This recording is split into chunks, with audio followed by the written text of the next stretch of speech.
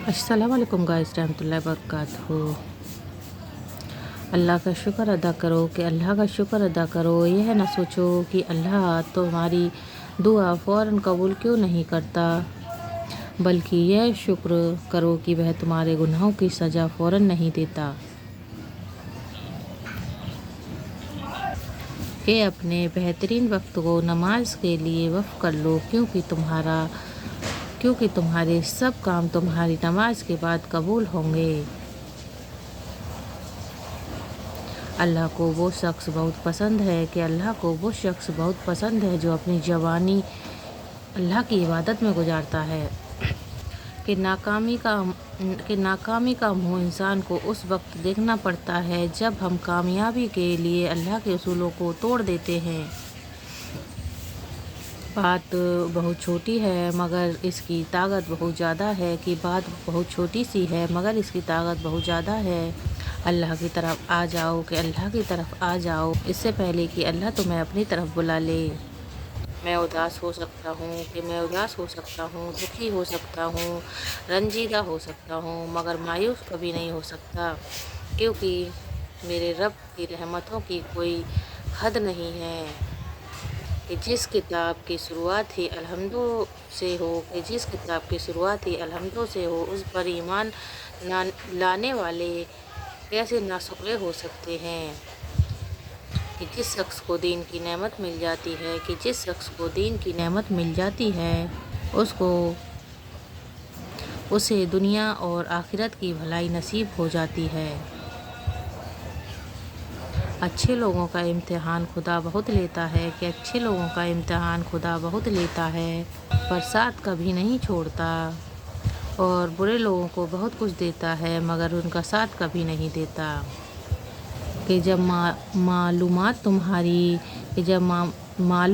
तुम्हारी पहुंच से निकल जाए तो अल्लाह पर छोड़ दो, वह सब कुछ ऐसे करेगा जैसे तुम कभी सोच भी नहीं सकते।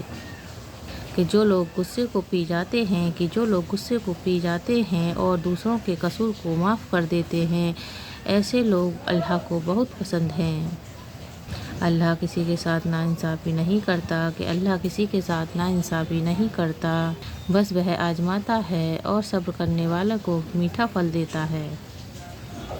जुबान का वजन बहुत हल्का होता है,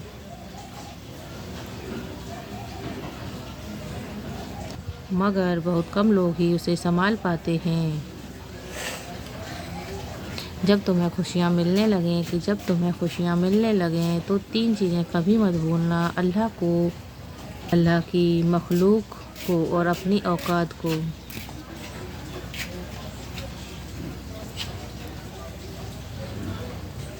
हज़रत अली ने फरमाया अपना सर ऊंचा रखो कि तुम किसी से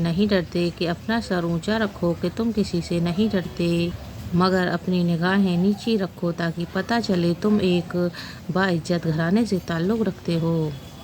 कि जब कोई हाथ और साथ दोनों छोड़ देता है तब अल्लाह कोई न कोई उंगली पकड़ने वाला भेज देता है। कि हर दर पर बैठने के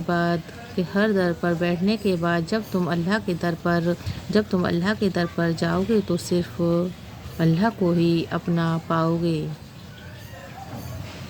कि हज़रत अली ने फरमाया कि जो शख्स अपना राज छुपाता है वह अपना इख्तियार अपने हाथ में रखता है।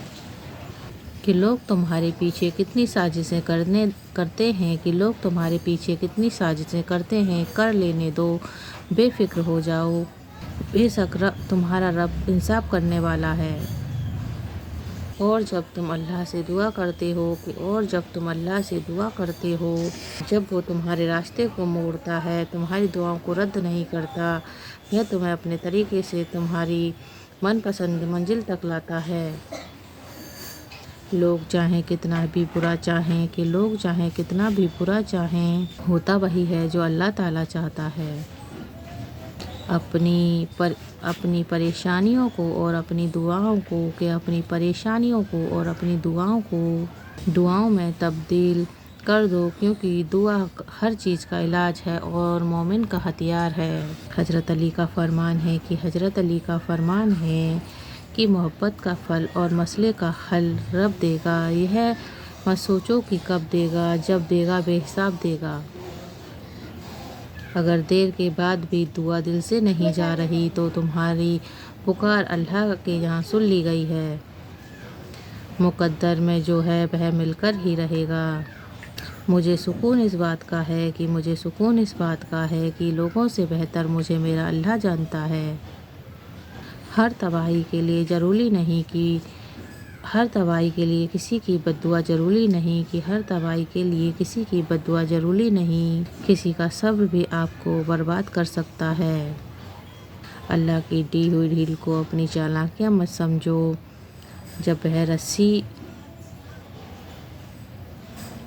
وہ رسی کھینچتا ہے تو منہ کے بل گرو گے، اور پھر جب ہر طرف راستے بند نظر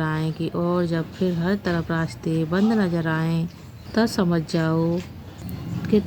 جاؤ کہ اللہ تعالیٰ تمہارے لیے بہترین راستہ کھولنے والا ہے، کہ اللہ تعالیٰ کوئی بھی چیز تم تک بے مقصد نہیں پہنچاتا، وہ تمہیں جس جانب لے جانا چاہتا ہے اس جانب جانے کے وسیلے بنا دیتا ہے۔ حضرت علی کا فرمان ہے کہ دعا مانگنا کبھی مت چھوڑنا، ہو سکتا ہے جس چیز کی تم روتے ہو وہ تم سے بس ایک ہی دعا کی دوری پر ہو، کہ کیوں ناممکن اور ممکن میں اپنے آپ کو الجھایا ہے، اللہ پر یقین رکھنے والوں نے ہر مسئلے کا حل پایا ہے۔ اللہ سے مانگنے کی ایک خوبی یہ بھی ہے کہ آپ اپنے جذبات کو الفاظ کے روپ میں بھی دیں، وہ پھر بھی اپنے جذبات کو آپ سے بہتر جانتا ہے۔ اور بے شک قرآن مجید دلوں کا سکون ہے اور ہمارے ہر الجھن کا واحد حل ہے۔